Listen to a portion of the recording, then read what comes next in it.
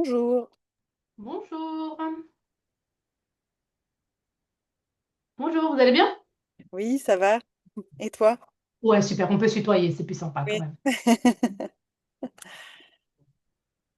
Bonjour Aurélien. Bonjour, bonjour Bonjour. Marion, Tu vas bien? ça va très bien, merci. Et toi? Oui, super. Il y a Cindy qui va avoir un petit peu de retard, elle termine un meeting et elle arrive. Pas de souci. On va attendre, de toute façon, les 59. On va attendre 2-3 minutes, le temps que tout le monde se connecte, comme d'habitude, si ça vous va. Oui, très bien. J'en profite pour terminer ma petite châtaigne. Parfait. Je viens juste de terminer une banane Ouais, en 2 secondes avant. ouais, C'est finalement, le l'heure. mercredi, c'est vraiment la journée des visios, quoi. Ouais, c'est vrai, ça enchaîne. Ouais, mais là, c'est bon, là, c'est cool. J'espère. J'espère que ça sort un peu, en tout cas, du quotidien Oui, plus oui, oui, classique. nickel.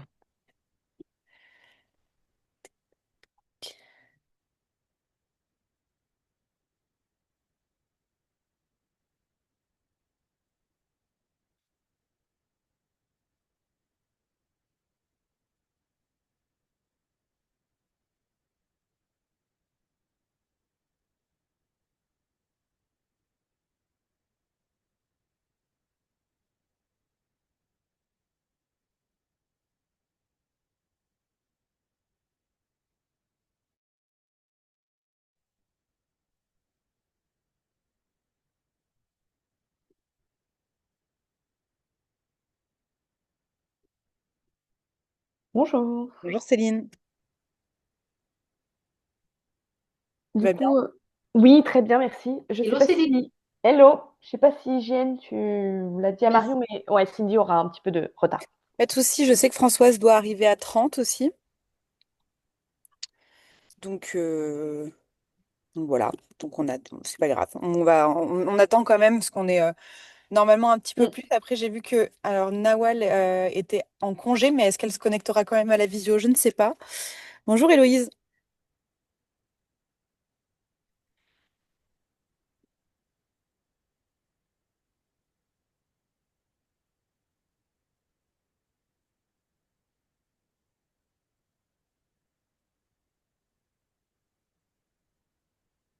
Et je demande à Inès de chez nous si elle se connecte bien. Bonjour tout le monde. Bonjour Héloïse. Bonjour. Eh si, bonjour Nawal, Bonjour. qui est donc en congé mais qui se connecte quand même à la formation. Je me posais la question. Exactement. Si c'est pas beau, ça, je suis en Italie, je suis devant le Panthéon, Waouh, mais je suis là. trop de chance. Bah, merci de te joindre quand même à nous. Euh, donc du coup, il y a Françoise qui nous rejoint un peu plus tard. Et puis vous disiez Cindy. Et puis Oui. bah, Inès chez nous, j'ai pas eu trop de nouvelles. Je sais qu'elle a des semaines un peu chargées. Donc bon, on va commencer, surtout qu'en plus, ça commence avec un petit icebreaker, etc. Donc on peut démarrer. Je partage mon écran. Je partage juste ouais, mon écran avec du coup la présentation. Tac. Et j'ai la chance aujourd'hui d'être accompagnée d'Aurélien Descamps, qui est le cofondateur du Sulitest. Je ne sais pas si vous connaissez le Sulitest, là comme ça, quand je vous dis ce mot, ou pas, ou si ce sera une totale découverte. Découverte. Génial. Hop, c'est parti. Mince. Est-ce que tout le monde voit bien ma présentation? Oui. Yes. Super. Alors, donc, cette semaine, la thématique, c'était les compétences et les métiers de demain. Je sais que vous avez été plusieurs à avoir déjà bien entamé la semaine, puisque vous m'avez envoyé, Héloïse et Céline, un petit email justement pour préciser les métiers sur lesquels vous souhaiteriez travailler aujourd'hui. Donc, c'est chouette. Merci pour ça. Donc, les objectifs un peu d'aujourd'hui, c'est justement de réussir à lier un peu ces aspects d'impact environnementaux au modèle économique et aux compétences, du coup, des des entreprises, de poser les bases d'une réflexion emploi-compétences vis-à-vis de la transition écologique, et puis bah, après de réussir à s'affirmer un peu en chef d'orchestre de l'évolution de tes compétences. Ce que je vous propose aujourd'hui comme agenda de notre session live, c'est un petit icebreaker. Aurélien, du coup, je vais peut-être te laisser te présenter un peu plus et puis animer ce petit icebreaker. Et puis ensuite, je vous ferai travailler en sous-groupe.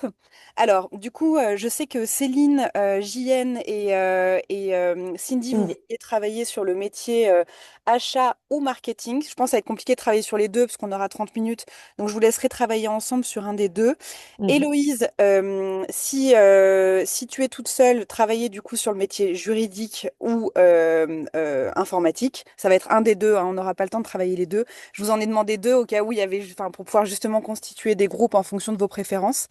Mais du coup, comme Françoise de toute façon n'a pas envoyé de préférence et Inès si elle se joint, bah, je pense que je vous mettrai de toute façon en binôme pour pouvoir justement bah, un peu vous aussi vous challenger là-dessus, nourrir vos réflexions, etc. Sur un des deux métiers, je vous laisserai décider. Ensuite, bah, l'idée c'est que vous puissiez partager en plénière un peu vos apprentissages.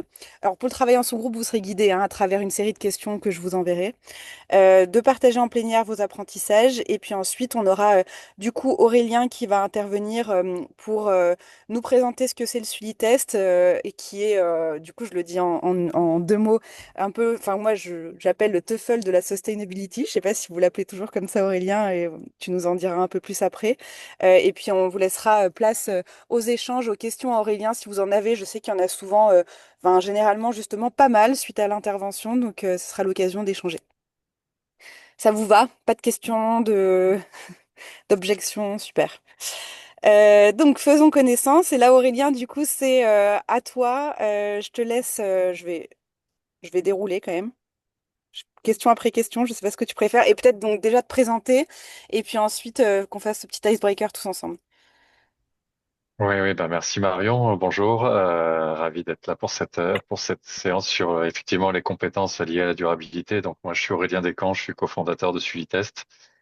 Sulitest, je vais en parler un peu plus après, mais globalement, l'idée de Sulitest, c'est de massifier la culturation à la durabilité pour en faire un langage commun, c'est-à-dire de sortir d'un sujet juste pour les experts ou les activistes, mais tout le monde, quel que soit le diplôme qu'on a et le métier qu'on exerce, euh, devrait avoir les fondamentaux sur ces questions-là pour être capable de le rattacher justement à son expertise, à ses compétences et au métier qu'on exerce aujourd'hui. Donc nous, chez Sulitest, on développe des outils pour ça. J'en parlerai un peu tout à l'heure et notamment notre outil principal, c'est un test de connaissances sur la durabilité qui délivre un certificat digital, un peu le TOEFL du développement durable, effectivement, qui est utilisé largement dans les écoles et les universités et qui commence à être utilisé aussi dans les entreprises pour la formation des collaborateurs et puis pour faire monter le collectif sur ces questions-là. Et, et ce petit icebreaker qu'on va faire tout de suite, c'est un peu pour savoir à la fois où vous en êtes et où vous en êtes dans vos équipes et dans vos organisations. Moi, avant de piloter le SUI-test, donc une entreprise de l'économie sociale et solidaire, j'étais enseignant-chercheur je faisais partie des militants un peu qui poussaient pour la durabilité. Et je sais que par rapport à il y a 10-15 ans, quand je commençais à parler de ces sujets-là, que ce soit avec les étudiants ou dans la formation continue, dans les entreprises. Il y a 10-15 ans, c'était facile parce que tout le monde était globalement au même niveau. Il y avait quelques activistes qui étaient très branchés et puis le reste qui connaissait pas grand-chose. Aujourd'hui, on n'est pas du tout dans cette situation-là. Il y a une grande diversité. Je pense que vous le voyez dans les publics, dans vos équipes, entre ceux qui ont découvert le sujet et qui s'y sont jetés à fond, ceux qui sont peut-être engagés à titre perso et qui l'alignent à leur pratique. Et puis ceux qui sont pas forcément ou se sentent pas forcément connectés à ce sujet-là. Donc il y a une grande hétérogénéité et l'idée c'est de savoir où en sont les gens pour ne pas les satelliser, on va dire, quand on leur parle de ces sujets-là, et construire ce langage commun qui permet d'en parler, qui permet de coopérer.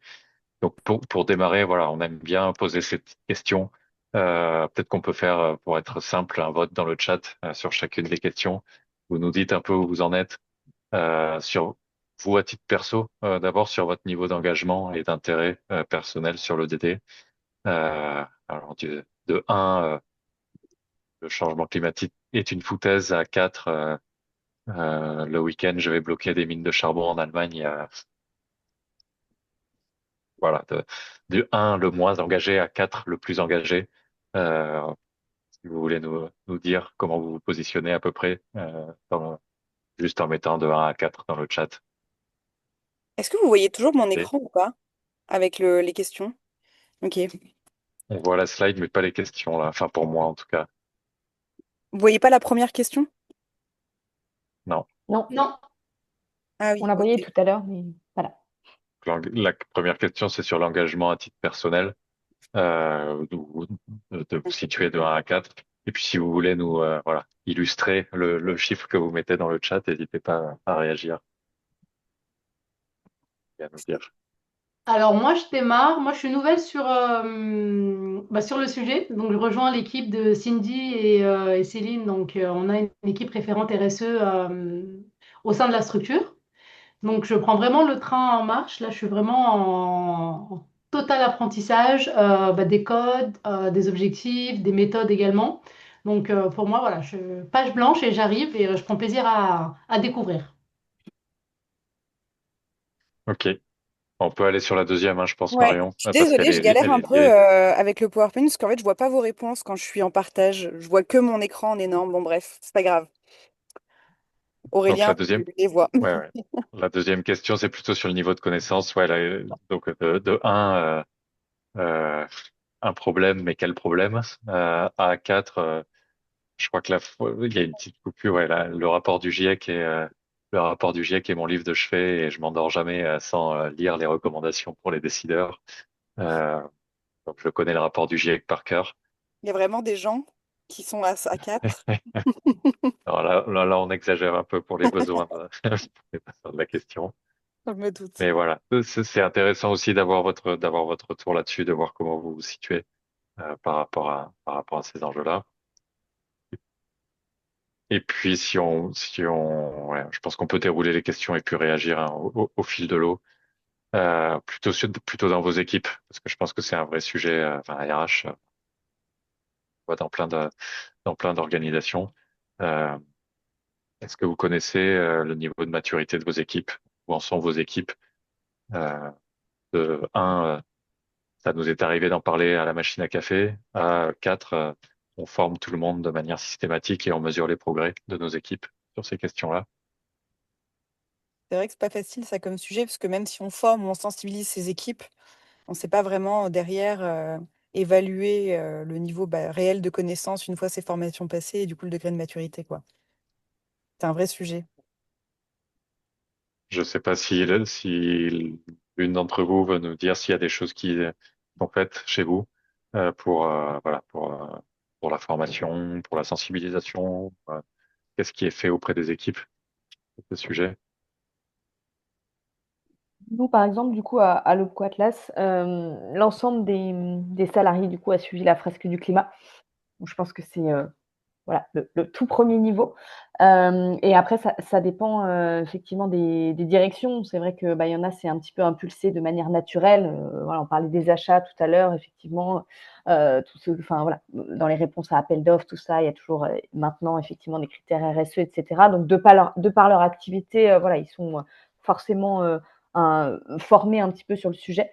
Voilà. Après, c'est particulier pour nous parce que nous, on a cette problématique d'accompagner les entreprises aussi sur le sujet de la RSE.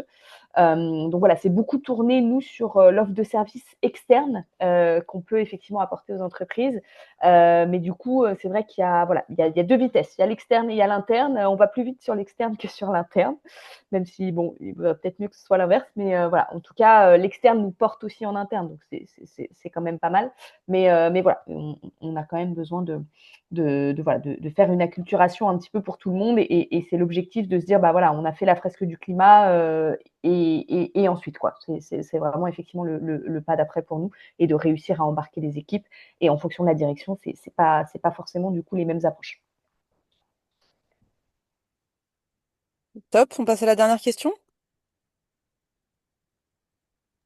Oui, Oui, je pense qu'on peut y aller sur je vous vois toujours sur la pas, dernière donc question. ok. C'est plutôt l'engagement de votre organisation. Donc voilà, comment vous qualifieriez votre organisation en termes d'engagement sur ces questions-là? Est-ce que voilà, de 1 plutôt à la traîne, à 4, c'est une organisation pionnière sur l'intégration de ces questions, encore une fois, plutôt sur le prisme de la formation des collaborateurs et de la montée en compétences.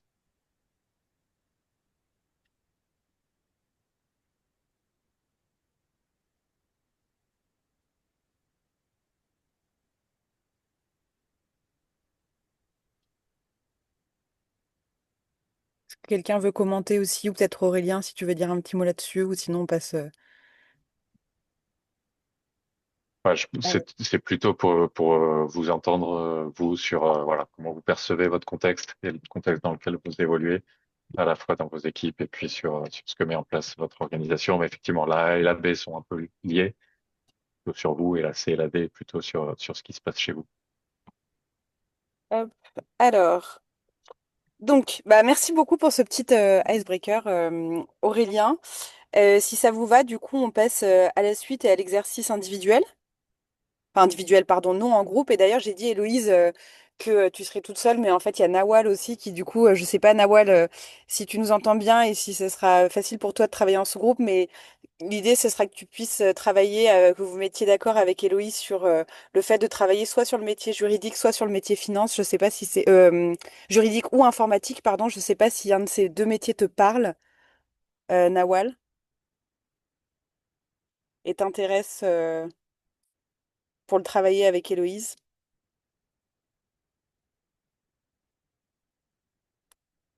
Pas de retour de Nawal. Vous m'entendez? Du coup, comme je suis toute seule face à mon écran, j'arrive plus à savoir qui m'entend pas. Oui, oui, Oui, oui, oui, on on t'entend Ok. t'entend. bien. On On t'entend. Bon. t'entend. Ok, bon bah si Nawal tu nous entends, et puis sinon du coup Héloïse, désolée en attendant que Françoise arrive, tu seras en brainstorming un peu solo. Donc là l'idée c'est d'analyser justement l'évolution d'un métier au regard des enjeux de la transition écologique. Donc il y a plusieurs questions que je vais vous remettre dans le chat, auxquelles je vais vous demander de réfléchir, donc soit en groupe, soit Héloïse peut-être de ton côté, et puis qui sera nourrie par les réflexions de Françoise, sur justement plusieurs aspects qui est comment, en quoi la fonction, déjà les responsabilités, en quoi la fonction étudiée, donc celle que vous avez choisie, peut-elle agir pour la transition écologique? Donc là, l'idée, c'est un peu de lister quelques points qui vous viennent en tête. Quels sont les principaux nouveaux éléments qui vont affecter ou affectent déjà ce métier? Donc là, c'est à l'inverse. On est vraiment sur cette double matérialité, si on peut dire ça comme ça. C'est comment ce métier agit, peut agir pour la transition et comment est-ce que, au contraire, le changement climatique va venir impacter mon métier. Donc là, pareil, enfin mon métier, ce métier en particulier dans les années à venir. Ensuite, quelles nouvelles pratiques seraient à mettre en place au sein de ce service au regard de ce que vous connaissez des enjeux de transition environnementale? Si vous dessiniez la fiche de poste du nouveau collaborateur que vous recruteriez, quelles seraient les compétences fondamentales à maîtriser sur ce sujet et que vous pourriez donc imaginer rajouter à cette fiche de poste dans vos futurs recrutements? Et ensuite, essayer de poser un début de petite stratégie de formation et plan de recrutement à 3 ans pour ce métier-là. Et donc, je vais vous les remettre dans le chat. L'idée, alors si vous voulez, comme du coup, JN, Cindy et Céline, de toute façon, vous êtes dans la même entreprise, ben, vous pouvez vraiment vous projeter et faire comme si vous bossiez sur sur ce métier, soit pour votre entreprise, soit pour les entreprises que vous accompagnez. Et Héloïse, pareil, travailler en fonction aussi de ton contexte chez Davidson, si ça vous va. Ok. Est-ce que c'était clair? Du coup, j'arrête le partage, je vous revois. Maintenant, je Ouais. vois que Cindy nous a bien rejoint. Super. Nawal, je ne sais pas, qui était face au Panthéon, je ne crois qu'elle n'est plus avec nous. Si, Ah je si. suis là et puis je peux participer également à l'atelier. C'est bon, je suis Super. Du installée. coup, Nawal, si c'est OK, je vais te mettre dans la même équipe que Héloïse et je vous laisserai décider de si vous voulez travailler Parfait, plutôt sur le métier du coup juridique ou sur le métier informatique. Ça nickel, te va? faisons comme ça. Super. Ouais, c'est parfait, merci Marine. Top. Alors, je vous remets les petites questions tout de suite dans le chat. Comme ça, vous les avez en tête. Je vous laisse après ouvrir un petit document ou quelque chose et ensuite, on fera une restitution tous ensemble en plénière. L'idée, c'est que vous puissiez nous donner les trois, quatre grands enseignements principaux qui ressortent en fait de vos réflexions sur ce métier particulier et que ça puisse d'ailleurs venir nourrir aussi les réflexions des autres qui n'ont pas travaillé sur ce métier-là. N'hésitez pas à rebondir s'il y a des choses que vous voyez vous aussi de votre côté et qui n'auraient pas forcément été dites. Tac, je vais vous mettre du coup en sous-salle. Et donc il est 18, on se retrouve, en gros, il est 18, on va se retrouver vers, oui, 45, 50, quoi. Comme ça nous laisse le temps du débrief et surtout de l'intervention d'Aurélien. Hop. Et puis, bah, dès que Françoise nous retrouve, je lui explique un peu les règles du jeu et je la mettrai, dans votre salle, Nawal et Héloïse. Hop. Et hop. C'est parti. Normalement, vous avez reçu une petite invitation à rejoindre les salles.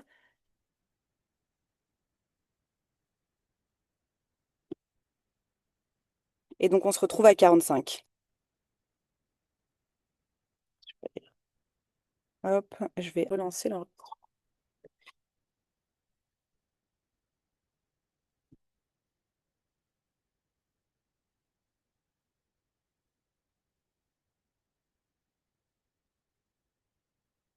Ah, et Aurélien, est-ce que tu voudras partager peut-être toi-même ta presse pour que tu puisses plus facilement dérouler, tu vois?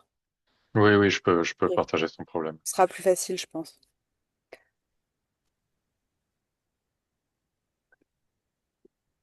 J'espère que vous avez eu le temps de balayer les questions. Je sais que parfois d'une session à l'autre, certains groupes n'ont pas le temps d'aller jusqu'au bout, jusqu'au plan stratégique de formation et recrutement.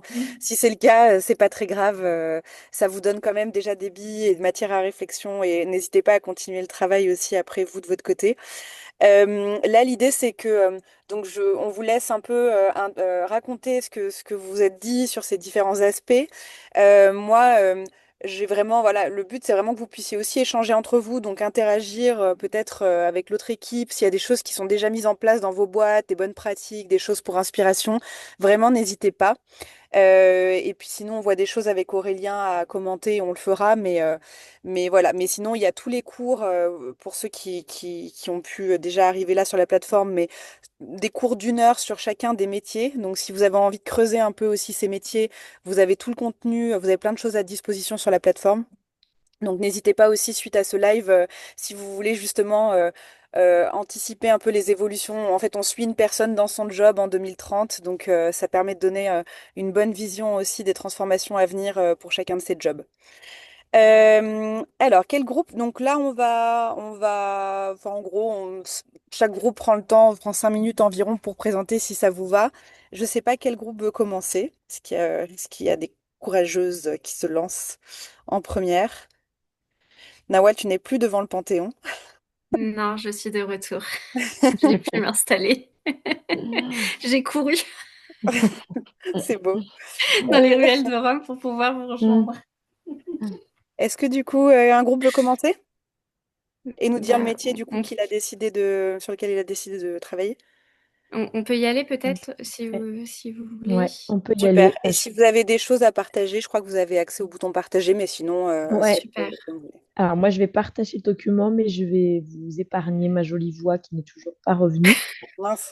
Elle Donc, est, elle, elle est très bête à voir rocailleuse, Héloïse. oui, c'est gentil, mais alors, je vous Et on veut partage. bien prendre le relais avec Françoise Hop, avec plaisir quand même. hop, et partager. Voilà. Merci. Super, on voit bien. Vous avez tout. Alors, donc avec l'équipe, on a décidé de partir sur les métiers juridiques. Françoise, n'hésite pas à me compléter. Donc, sur cette première question, à savoir comment est-ce que la fonction peut-elle agir dans le cadre de la transition écologique au sein de l'entreprise. Donc, déjà, bon, le pôle juridique doit être un acteur stratégique.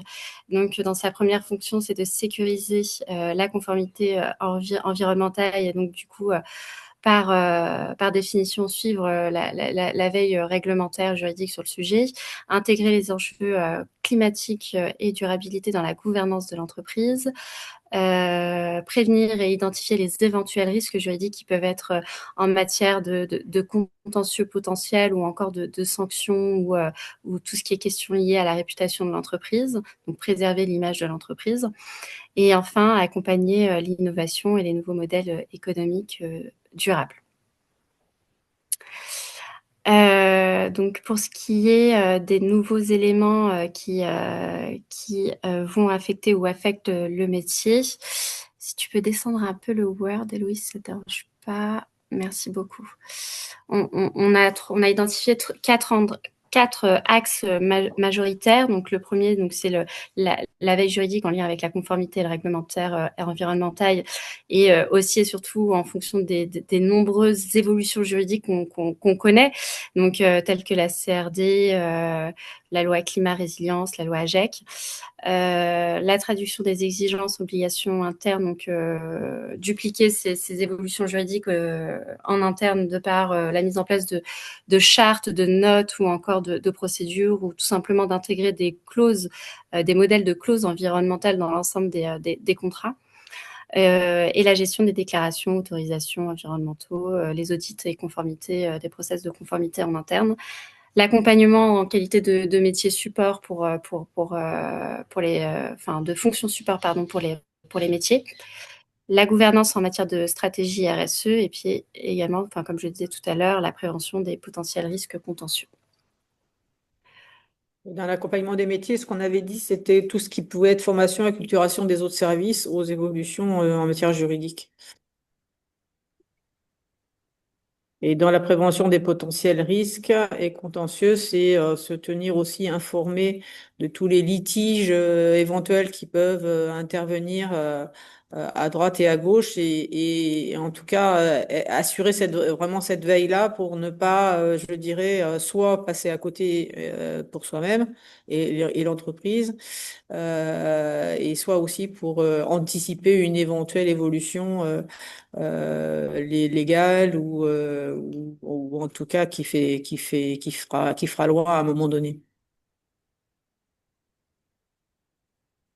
Alors, ensuite, pour la troisième question qui, elle, porte sur les pratiques que le service pourrait mettre en place. Donc, je le disais juste avant, effectivement, c'est l'intégration systématique de clauses environnementales ou sociales éthiques dans les contrats qui peuvent être souscrits en lien avec des prestataires externes ou encore avec des clients. La gestion de risques à la chaîne d'approvisionnement, donc un devoir de vigilance et de traçabilité des produits. Une cartographie d'identification des risques potentiels.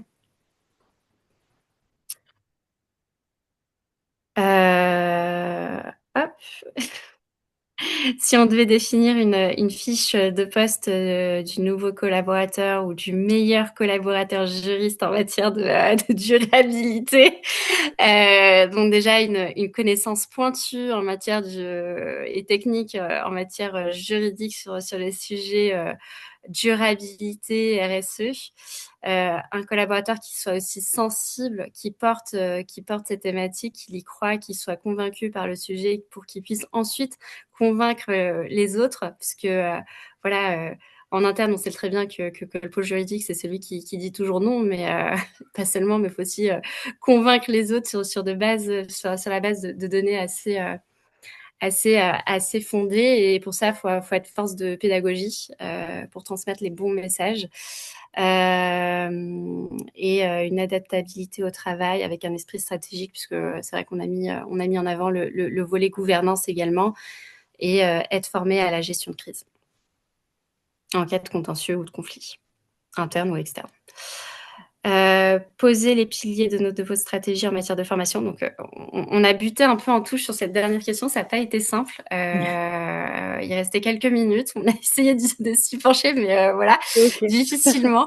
Mais en tout cas, on n'est pas allé sur le recrutement, mais sur la stratégie de formation, donc la sensibilisation à la stratégie d'entreprise et la politique, puisque il doit porter la gouvernance en matière sur cette thématique. La formation des collaborateurs déjà présents, donc il doit se former, mais aussi accompagner les autres collaborateurs dans le cadre de cette formation et être en veille constante. Voilà. Super, merci beaucoup pour tous ces éléments. Vous avez quand même balayé un certain nombre de choses, qui sont assez intéressants. Vous parliez tout à l'heure, bah, moi là, je réagis peut-être sur justement l'accompagnement aussi des autres métiers, en les aidant à intégrer des nouvelles clauses, etc., même dans les discussions, les contrats qu'ils peuvent avoir avec des parties prenantes externes. Mais il y a aussi, je pense, par exemple, il va y avoir le sujet peut-être des contrats de travail, justement. À revoir, si on prend, enfin voilà, avec des mois qui vont être de plus en plus chauds, etc. Ça, c'est quelque chose aussi, nous, sur lesquels on amène les RH notamment à réfléchir en disant collaborer avec le service juridique aussi, parce que peut-être que vous devrez aussi adapter les contrats de travail de vos collaborateurs pour les mettre sur le même type de modèle que ceux, par exemple, de ceux enfin, qui travaillent déjà en extérieur sur des chantiers, etc. et qui ont des contrats euh, voilà, qui sont déjà ajustés. Après, évidemment, bah, toute la réglementation, tous ces sujets-là qui sont à anticiper et où il y a déjà aujourd'hui un impact sur ce métier, notamment avec la notion de préjudice écologique qu'on peut voir déjà dans des contentieux et dont on entend de plus en plus parler.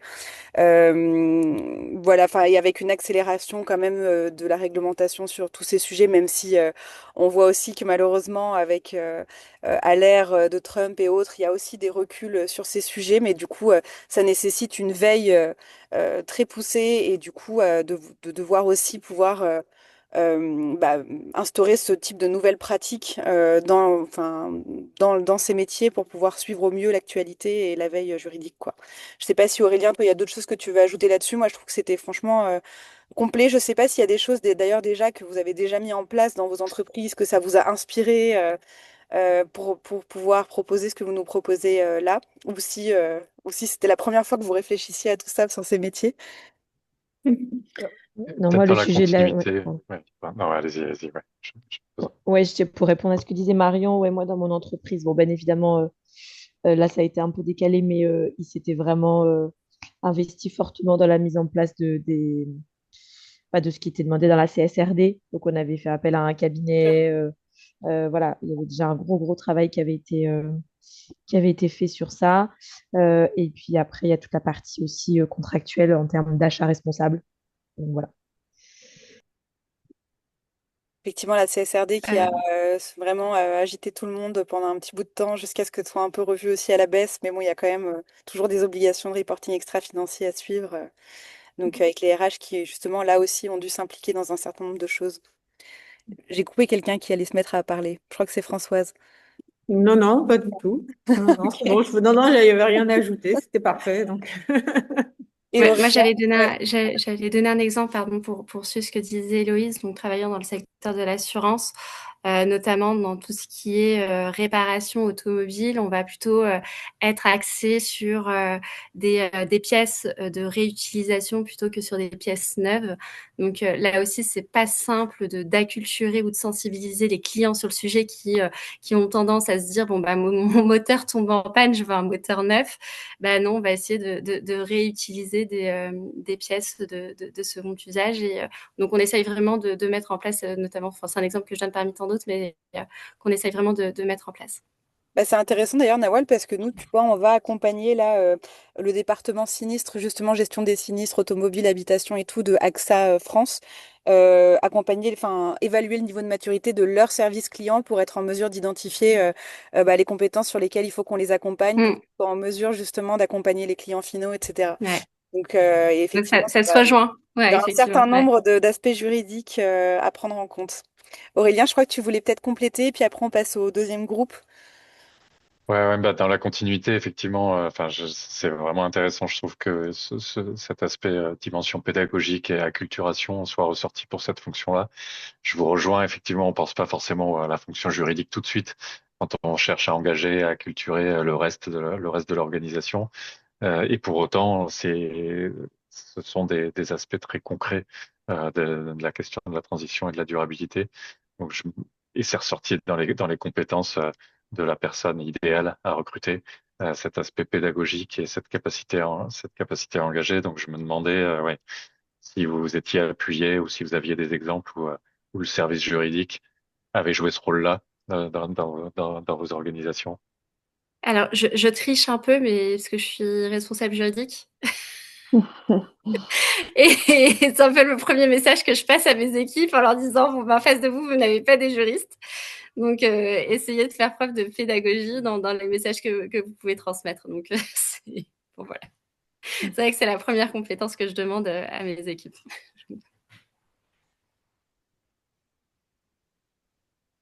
Marion, ton micro est coupé. Pardon, merci. C'était super. Peut-être il est déjà 17h, peut-être qu'on peut passer au deuxième groupe. Si ça vous va, merci en tout cas pour le petit travail. Et puis j'espère que ça vous a permis justement ce petit brainstorming aussi d'y voir plus clair sur certaines choses que vous souhaiteriez mettre en place aussi chez vous ou sur comment avancer sur ce sujet-là. Du coup, Céline, Cindy et JN, à vous. Je ne sais pas quel est le métier que vous avez choisi du coup entre les deux. C'était marketing ou achat. On était parti sur achat du coup. Achat, super. Ouais. C'est parti, la Euh, parole est à vous. Allez, je me lance, les filles, vous me complétez si besoin. Donc du coup, en quoi la fonction étudiée peut-elle agir pour la transition écologique de votre entreprise? Donc là, on a insisté sur le fait que voilà, il y avait quand même un rôle de réduire l'empreinte carbone, avec notamment choisir plutôt des fournisseurs locaux, travailler effectivement avec des acteurs aussi qui remplissent des critères du respect environnemental et plus largement effectivement de RSE. Donc favoriser l'économie circulaire, etc. Donc plutôt dans le choix des fournisseurs. Ensuite, sur la deuxième question, sur les principaux nouveaux éléments qui vont affecter ou affectent déjà ce métier. Donc là, c'était notamment des choses qui affectent déjà le métier, mais c'est toutes effectivement les critères, les nouveaux critères RSE, enfin nouveaux, ils sont plus si nouveaux que ça, mais les critères RSE effectivement dans toutes les politiques d'achat et du coup l'émission et la réponse à appel d'offres. La maîtrise des normes et des labels qualité aussi. Qui commence, qui a déjà commencé, mais je pense qu'il va aussi grandement du coup augmenter du coup sur les prochaines années. Sur la troisième question, quelles nouvelles pratiques seraient à mettre en place au sein de ce service? Donc au niveau des pratiques, favoriser les circuits courts dans la politique d'achat. Donc aussi effectivement sur tout le processus d'achat dans la sélection des fournisseurs, on tourne vraiment autour de ça avec des critères plutôt de circuit court. Et puis voilà, questionner aussi plus largement la politique d'achat. Est-ce que on parlait tout à l'heure du coup de plutôt de la réutilisation de pièces, voilà, est-ce qu'on va vers de l'achat justement, est-ce qu'on va avoir de l'achat dans le neuf, pardon, est-ce qu'on va sur du reconditionnement, etc. Mais voilà, maintenant on essaye aussi je pense d'essayer de questionner un petit peu ce processus d'achat classique qu'on avait l'habitude d'avoir. Sur la partie effectivement compétences, si on devait recruter du coup sur ce poste dans le service achat, donc évidemment il y a la rédaction et effectivement d'appel d'offres sur la partie achat avec maîtrise des critères RSE. Aussi arriver effectivement à négocier sur la partie critères de durabilité avec les fournisseurs, gérer la relation fournisseur en général, en favorisant les pratiques éthiques et responsables, vérifier la conformité des commandes. Qu'est-ce qu'on a mis? Participer aussi du coup à la définition de la stratégie d'achat. Donc là aussi, s'impliquer aussi sur une définition, on va dire, de politique d'achat plus verte, en intégrant des objectifs de développement durable. Et pour la dernière partie, sur la stratégie, donc l'idée c'était dans une première approche plutôt effectivement toujours la notion de sensibilisation et de formation, mais plutôt d'acculturation dans un premier temps avec des formations plutôt sur un format court, MOOC, etc. Avec le recrutement plutôt d'un responsable d'achat durable. Donc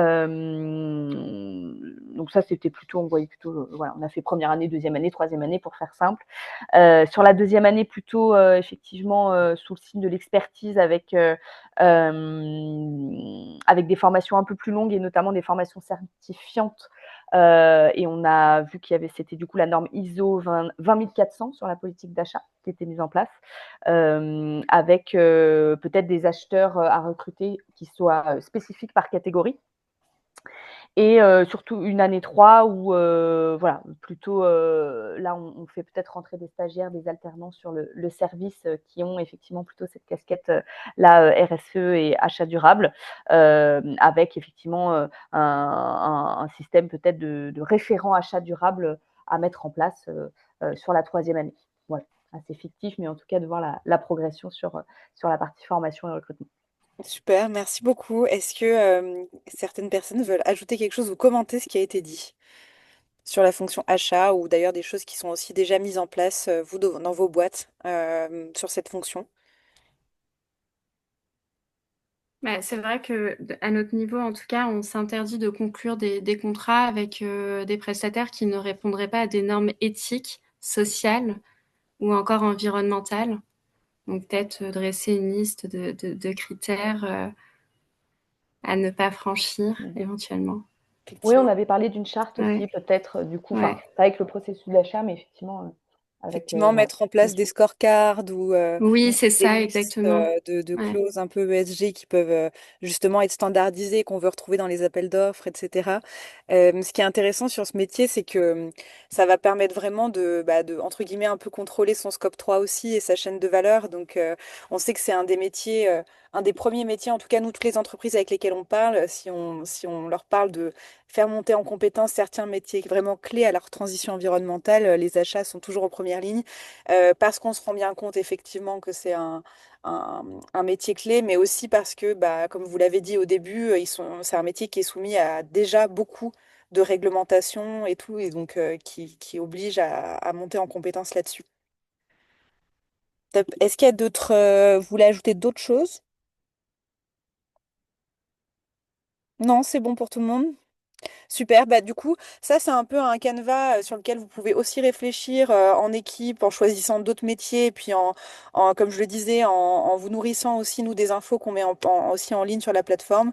Mais enfin, le but, évidemment, l'objectif, c'est surtout de prendre ce temps, et là, on l'a en formation, donc c'est ça qui est chouette, et ça permet de faire un peu prendre du recul et faire le point.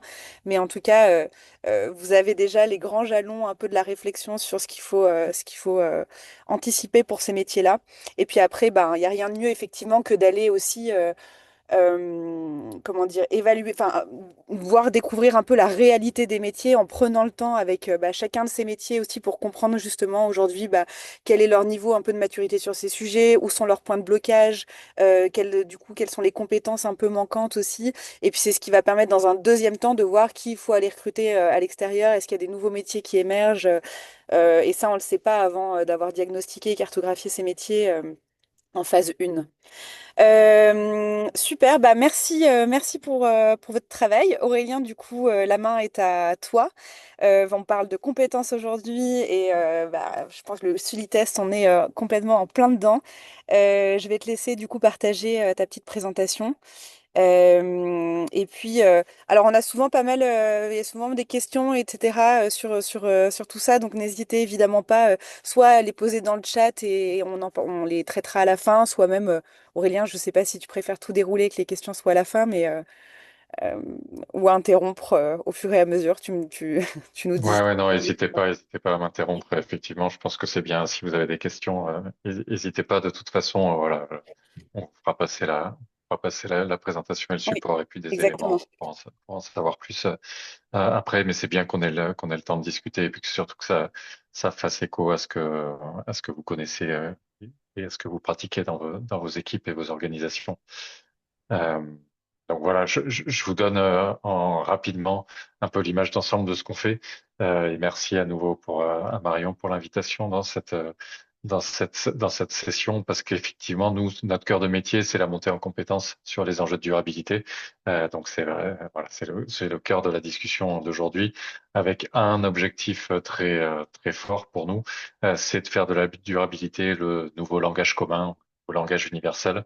Euh, C'est-à-dire qu'on le sorte, comme je le disais tout à l'heure, d'un sujet réservé aux experts ou aux activistes, mais que tout le monde ait on s'assure que tout le monde a les fondamentaux sur ces questions-là, parce qu'on est assez convaincu qu'à partir du moment où on a une base commune, une base partagée, bah, c'est beaucoup plus facile d'aller dans les compétences, dans les expertises pour la fonction juridique, pour la fonction achat, pour d'autres fonctions à l'intérieur de l'entreprise, de développer des compétences liées à la durabilité. Un, parce qu'on a créé du sens, on sait pourquoi on le fait, au-delà de voilà, répondre à un risque juridique ou à une nouvelle réglementation. On passe plus de temps à chercher des solutions qu'à expliquer le problème, pour le dire vite. Et puis deux, nous, c'est ce qui nous intéresse beaucoup, c'est comment on mesure ce qu'on fait. Et comment on mesure qu'effectivement, on monte en compétence sur ces questions-là. Enfin, je suis assez convaincu que qu'on arrive à mesurer, on arrive à le gérer, à le piloter. Et donc, c'est pour ça que nous, on donne plutôt des outils de mesure pour permettre d'accompagner cette montée en compétences, d'aider à calibrer les formations pour les personnels sur sur la durabilité. Donc, voilà, l'idée là, c'est de vous donner de la visibilité sur ce qu'on fait. C'est un des outils, voilà, une des solutions qui permettent de faire ça. Pour vous voilà, pour vous expliquer un peu d'où on parle, qui on est, Sulitest. Donc, on est une entreprise de l'économie sociale et solidaire. Ça fait 12 ans globalement qu'on travaille plutôt d'abord dans le contexte de l'enseignement supérieur et des réseaux internationaux, notamment via l'initiative ESI, où on travaille beaucoup avec l'ONU, et puis plus récemment via l'appel à manifestation d'intérêt compétences et métiers d'avenir de France 2030. Donc, enfin, dans le thème dans le thème du jour. On travaille beaucoup sur ces questions-là et on l'aborde sous le prisme de la mesure, comme je le disais juste avant, en utilisant la mesure comme un levier pour acculturer à ces questions-là et pour pouvoir suivre la progression et la montée du collectif des collaborateurs sur ces questions. Donc, on a globalement deux types d'outils qui nous aident à faire notre mission mesurer et d'amplifier la culturation à la durabilité, des outils de sensibilisation, donc plutôt la première marche, des quiz, des tests de sensibilisation qui sont passés dans de nombreuses institutions un peu partout dans le monde depuis 2013. Et puis un outil qui est l'outil de mesure standardisé qui s'appelle Task. Donc c'est, comme je le disais tout à l'heure, un peu le TOEFL de la durabilité. Donc nous, il s'appelle le Task pour The Assessment of Sustainability Knowledge qui est une évaluation standardisée de la connaissance sur la durabilité, euh, qui est sortie en mars 2023, utilisée par un peu plus de 90 institutions et qui a certifié 70 000 personnes depuis 2 ans et demi. Donc, qui est à la fois un indicateur et un signal partagé. Voilà, à travers les institutions, on porte le même passeport. On fait partie de la task force quand on a son task pour certifier que on comprend les questions de durabilité et qu'on est capable de de les intégrer à ses pratiques et à ses compétences, et puis qui donne de la data aux organisations. C'est principalement ça notre cœur de métier, beaucoup dans le cadre d'institutions académiques, d'écoles et d'universités, je vais vous le montrer, mais aussi on commence à le déployer dans le cadre des entreprises pour à la fois mieux calibrer les formations, c'est-à-dire mettre les bonnes briques de formation en face des bons apprenants parce qu'on connaît mieux l'état de leur connaissance et de leur sensibilité à ces questions-là, et puis être en capacité de mesurer la progression au fur et à mesure de la formation. Donc, je vais vous présenter un peu cet outil Task, faire un focus sur cet outil qui ambitionne de répondre à cette question, hein, comment on va au-delà de la sensibilisation. Voilà, on l'a dit tout à l'heure, je pense dans le cadre de la session, on a tous fait des fresques du climat, ce qui est génial hein, pour sensibiliser. Moi, j'ai animé plusieurs fresques du climat et je trouve que c'est un super outil. Mais la question souvent, c'est qu'est-ce qui se passe après, au-delà de la sensibilisation, quand on veut aller plus loin et vraiment faire monter en compétences, comment on peut véritablement créer la durabilité dans sa culture d'organisation et dans sa stratégie. Euh, Nous, ce qu'on pense, c'est que pour ça, il faut connaître le niveau de ses équipes pour d'autant mieux adapter la formation. Il faut être en capacité, comme je le disais, de mesurer et de valoriser la progression, ce qui accessoirement permet de créer de l'adhésion et du sens. pourquoi on doit intégrer ces nouvelles compétences dans le service juridique ou dans le service d'achat. Au-delà du fait que oui, il y a la CSRD qui vient comme une contrainte réglementaire forte, ça permet de donner du sens et donc de créer de l'adhésion dans ces pratiques. Et puis ça permet de démontrer euh, de façon un peu tangible les changements qu'on peut faire et donc potentiellement d'attirer les talents. Voilà, nous on le voit aujourd'hui. Moi, je viens du monde de l'enseignement supérieur, hein. J'ai été enseignant-chercheur avant d'être social avec Sulitest. Aujourd'hui, la plupart des écoles de commerce et beaucoup d'écoles d'ingénieurs et ainsi que d'universités utilisent cet outil. Donc, probablement, vous allez recruter des gens dans vos équipes qui vont vous dire, moi, j'ai passé mon task et j'ai eu tel score. Et sur ces sujets-là, j'ai, j'ai une compétence qui fait que je peux l'utiliser dans le cadre de cette organisation. Donc concrètement, c'est un outil en ligne, hein. Donc voilà, c'est un test en ligne, standardisé, ça se passe en ligne. C'est vraiment contrairement aux outils de sensibilisation, c'est vraiment un test certifiant, qui dure 80 minutes, qui couvre 112 questions pour couvrir plein de sujets de la durabilité.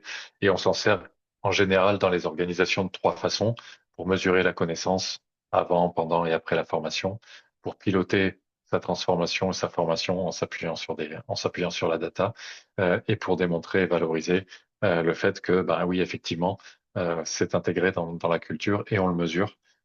Et donc les gens qui sont en charge de définir des stratégies métiers liées à la durabilité, ils ont cette culture et ses fondamentaux sur la durabilité. Donc, je le disais, ce test, c'est vraiment le test certifiant qui a vocation à couvrir un scope global, une approche holistique ou systémique de la durabilité. On va aller à la fois dans des éléments liés à l'environnement et au système Terre, aux limites planétaires, mais aussi dans des fondements sociaux liés au bien-être humain, inspirés des objectifs du développement durable ou du donut de Kate Raworth que vous connaissez peut-être, et puis comment on agit, les leviers d'action pour à la fois agir sur euh, le système Terre et les fondements sociaux. Et puis, ce qui est très important pour nous, c'est tout est connecté. C'est-à-dire qu'on a vraiment là, dans le type de connaissances qu'on teste dans cette évaluation, il y a de quoi on parle, quels sont les ordres de grandeur, mais surtout, quels sont les liens entre les sujets. Est-ce que j'arrive à faire du lien entre le climat, la santé, l'économie, par exemple, qui est une vraie compétence aujourd'hui si on veut sortir des silos et de mon métier, ma direction, mais pouvoir faire du sens et créer du lien entre les métiers. Donc ça, ce sont les types de résultats qu'on voit une fois qu'on a passé les évaluations. C'est très utile pour les individus parce que ça permet de se situer. Donc vous voyez, on a un score sur 100 sur la compréhension globale et puis des scores par sujet et tout un détail qu'on peut consulter avec des éléments de benchmark. Voilà, je me situe dans le top 10% de mon organisation ou de ma session, les sujets sur lesquels je maîtrise et puis les sujets sur lesquels j'ai besoin d'apprendre un peu plus. On est en train de travailler, là on est sur une version bêta, sur de la recommandation, un guide d'études sur les sujets sur lesquels j'ai besoin d'apprendre avec des briques qui sont du coup préqualifiées puisqu'elles tiennent compte du niveau de connaissance du collaborateur. Et puis, bien sûr, un certificat digital partageable sur LinkedIn, etc., qui permet de créer de l'adhésion et de pouvoir rendre compte de ce qu'on fait. Et puis, au niveau de l'organisation, ça, c'est vraiment important pour nous. C'est le même type de tableau de bord qui permet de piloter ses cohortes et de piloter sa politique de formation avec des données précises sur les sujets qu'on couvre, ceux sur lesquels on a besoin d'apprendre plus ou ceux qu'on a besoin de renforcer pour voilà, travailler sur l'ingénierie de formation et guider et orienter l'ingénierie de formation. Donc cet outil, bah, il est largement utilisé, je le disais, dans le secteur académique aujourd'hui. Bon, voilà, plein d'écoles de commerce, d'écoles d'ingénieurs, 90 institutions en tout, une trentaine de pays, mais la moitié des institutions en France, on est français, donc on a commencé beaucoup par la France, qui font que, voilà, aujourd'hui, pour les diplômés qui sortent de l'enseignement supérieur, c'est une pratique partagée et c'est un signal important. Et puis on commence avec les entreprises. Donc voilà, je vais finir par ça pour ouvrir sur les questions. Euh, Quelques témoignages des utilisateurs, donc une business school au Royaume-Uni qui s'en sert vraiment, qui est une des, voilà, on la cite souvent parce que c'est un des établissements qui se sert du potentiel de la donnée pour calibrer et recalibrer sa formation et intégrer ces questions-là dans la formation. Et puis en entreprise, donc Honnête, qui est notre premier grand utilisateur entreprise, qui vraiment massifie le l'utilisation du task dans le cadre de leur formation interne et notamment des universités liées à la durabilité. Et qui c'est intéressant, honnête, parce qu'ils ont commencé par le top management. Donc ils ont commencé par tous les patrons de business unit qui sont théoriquement en charge de mettre la stratégie de l'entreprise dans le cadre des limites planétaires. Pour ça, il faut maîtriser un peu les limites planétaires et les grands enjeux. Donc, il y a une volonté de l'organisation de dire, avant de commencer à plancher sur la stratégie, assurons-nous qu'on a les bases et mesurons ça avec un outil. Et puis, voilà, on en parlait avec Marion tout à l'heure en amont de la session. On a fait un pilote intéressant avec AXA France et notamment avec Nicolas Savier qui travaille sur le projet de formation lié à la transition chez AXA France. On arrive à un bon moment parce qu'on arrive au moment où justement Nicolas est en train de renforcer, de structurer ce volet formation.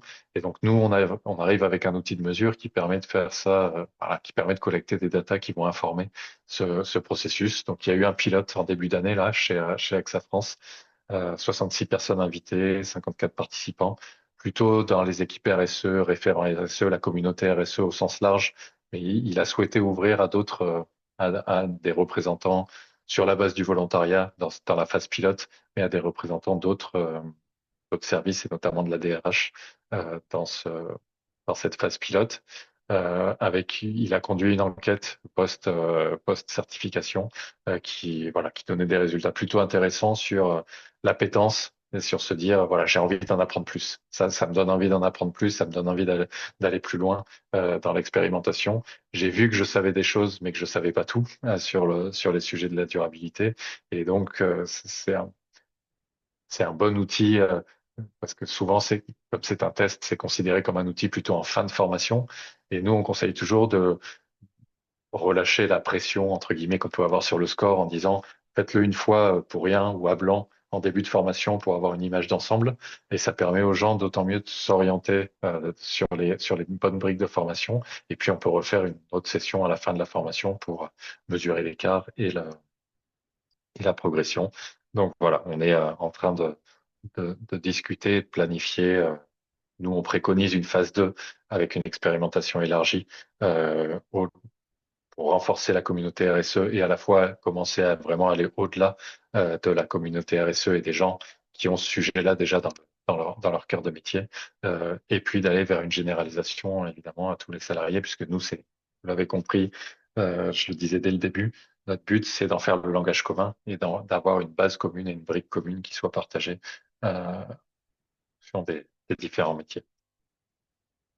Voilà, je m'arrête là pour vous donner, voilà, ça vous donne, je pense, l'image d'ensemble et sur ce qu'on fait. Et puis, je pense que c'est bien d'ouvrir la discussion et de répondre à vos questions si vous en avez.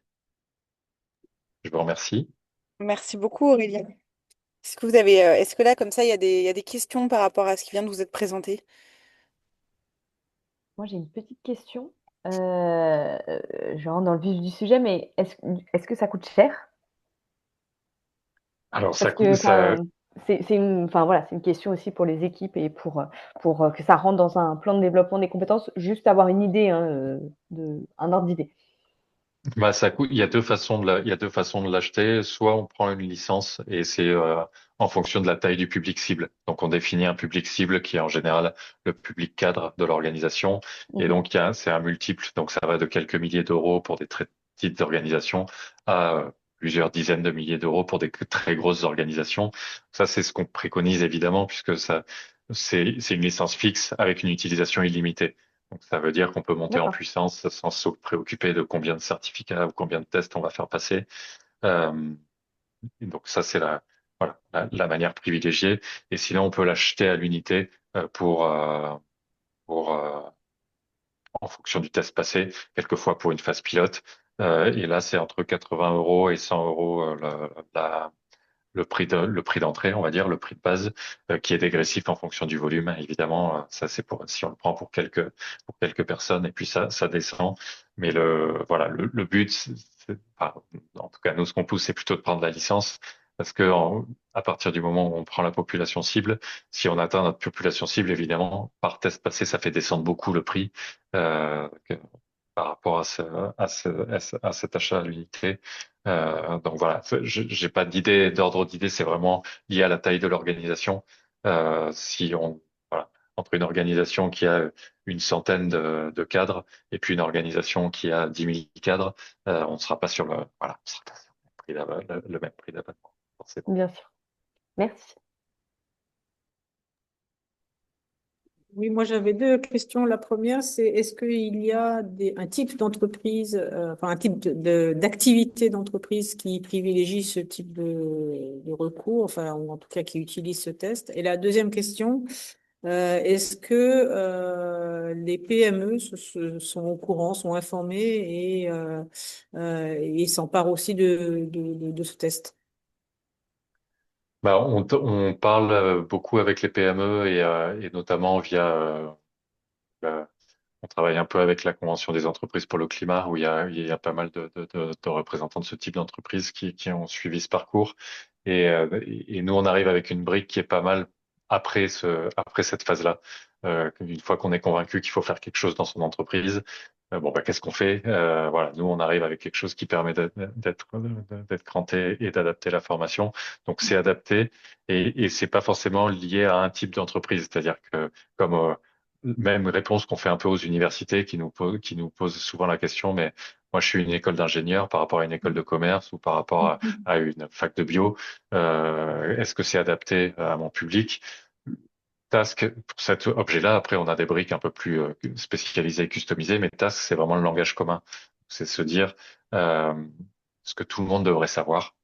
Quel que soit le diplôme et le métier que j'exerce, pour avoir la base et être en capacité de lier les sujets entre eux. Ensuite, effectivement, faut aller un peu plus loin dans l'expertise métier, mais on recommande le fait de s'acculturer à cette base commune pour pouvoir d'autant plus facilement faire redescendre dans les métiers par la suite. Donc, on n'a pas encore de PME qui utilisent, mais on en parle pas mal avec enfin voilà, on a des discussions en cours avec ce type d'entreprise pour que ce soit pas réservé aux grands groupes. Évidemment, les grands groupes souvent ont des budgets formation, c'est plus facile une fois qu'il y a quelqu'un de convaincu en interne d'aller chercher, d'aller débloquer un budget de formation pour ce genre de choses. Mais comme on s'adapte au volume, voilà, peut être accessible pour ce type de public-là. Néanmoins, je pense que c'est pas un outil de sensibilisation. Il faut bien avoir ça à l'esprit. On a d'autres briques qui sont des briques de sensibilisation. Euh, il faut qu'il y ait une démarche engagée ou une volonté d'engager une démarche déjà dans l'entreprise. Parce que si on commence par cette marche-là, la marche est un peu haute. Il vaut mieux voilà, il vaut mieux faire un peu de sensibilisation d'abord et préparer les publics. C'est pour ça que souvent, voilà, on a des entreprises qui ont engagé des choses, qui ont soit suivi la Convention des entreprises pour le climat, qui sont dans le mouvement Impact France ou qui ont quelqu'un au C3D, un directeur de développement durable qui fait partie du collège des directeurs de développement durable, ce genre d'entreprises qui ont essayé la fresque du climat, qui ont dit c'est génial, mais une fois qu'on a sensibilisé, qu'est-ce qu'on fait? Nous, on arrive plutôt à ce niveau-là. C'est-à-dire que si on commence tout de suite par la certification et la mesure, voilà, la marche peut être un peu haute pour les publics et les collaborateurs. C'est plutôt pour répondre au qu'est-ce qui se passe après une fois que j'ai été sensibilisé. Là, on arrive avec quelque chose qui dit, ben voilà, vous pouvez commencer à implémenter de la formation et de la montée en compétences. Et nous, on a un bon outil pour calibrer ça et pour mesurer la progression. Merci. Merci Aurélien. Est-ce qu'il y a une autre question avant qu'on puisse conclure cette session? Je trouvais ça vraiment intéressant, justement dans le cadre un peu de ces diagnostics, de se poser la question aussi bah, des compétences manquantes dans mes équipes, quel plan de formation ou de recrutement de mettre en place, d'avoir aussi cette approche d'outils.